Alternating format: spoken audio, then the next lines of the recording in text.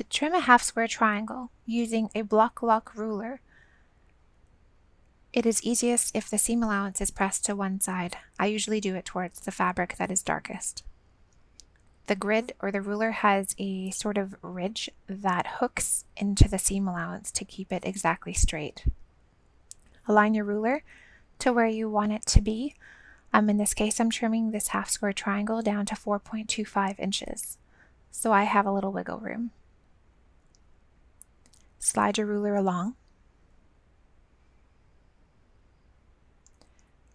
Let me just zoom out here, and then align it. Now that you've trimmed off one side, align it so that it's exactly 4.25 inches on the other.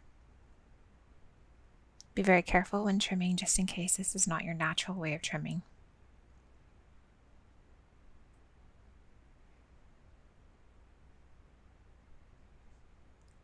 And it looks like I missed a little bit here, so I'm going to finish that up.